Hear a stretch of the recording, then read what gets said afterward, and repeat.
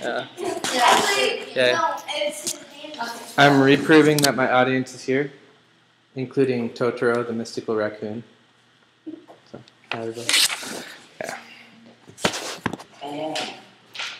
So this one's for 5 minutes again. Okay.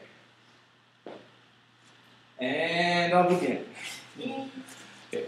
So I want to, I'm not going to split hairs here. I want this to be a speech in which I persuade you to think about pro-life and the issue of abortion. Over 53 million babies have been killed in America since Roe versus Wade.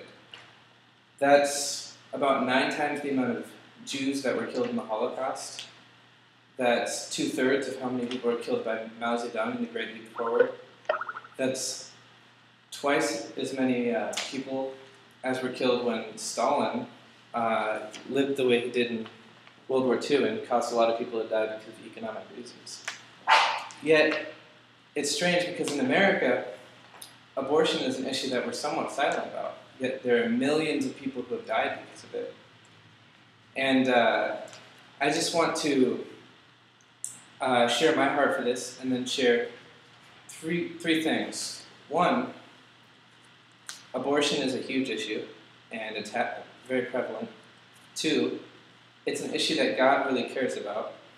And then 3, I want to share with you a ministry that anybody here could easily get involved with, and that ministry is a great opportunity to take up the cause of pro-life. So, just some credentials. I actually worked for a pregnancy center in Dallas, Texas for a while, and I discipled the founder of a ministry called Save the Storks. And I'll get to what Save the Storks is in a minute, but that's a up-and-coming ministry that does pro-life. And I also have taken some mission trips and worked on the streets of New York City with women at abortion clinics and done actual counseling with them on the streets. Okay. So abortion is an issue which obviously is taking the lives of millions of babies. There's about 1 million people or babies that die every year from abortion. That's some of the statistics released by the CDC.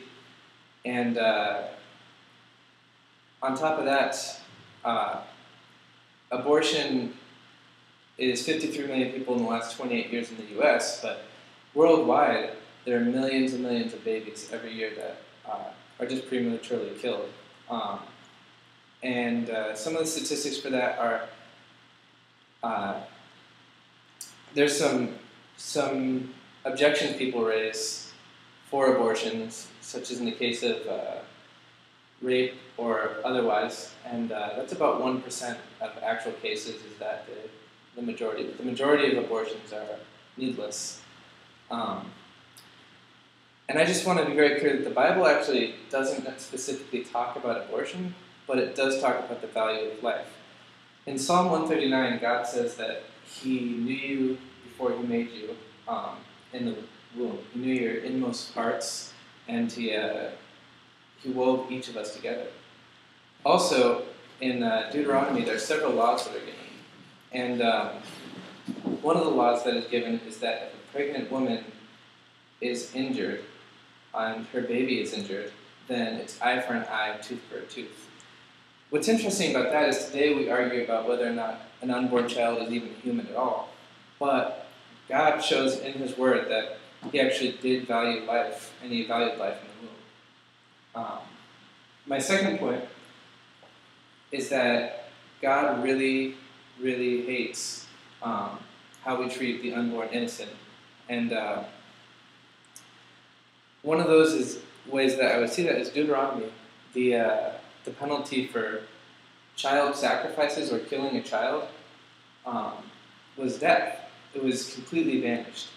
And there are books in the Old Testament where God is talking to Israel, and He's talking about how they have been sacrificing His children. This is what He says: "I didn't even think, the thought didn't even enter into my head that you would kill your child." And God's heart is for every single human on earth to have the opportunity to grow up and live a life and come to repentance in Him. So, abortion's rampant. We know that God doesn't like it. So my third point is, how can you get involved? And what's a way that you can actually help with this? Well, Save the Storks is a ministry based out of Dallas that is going nationwide. And they have a website, savethestorks.com. And they've created a model where they buy buses, they put a sonogram machine on the bus, they intercept a woman as she goes to the abortion clinic, and they offer her a free sonogram. As far as that goes, effectiveness-wise, when we did a test run in New York City, we saved about 40 babies over the course of 10 days, which is almost unheard of in pro-life ministry.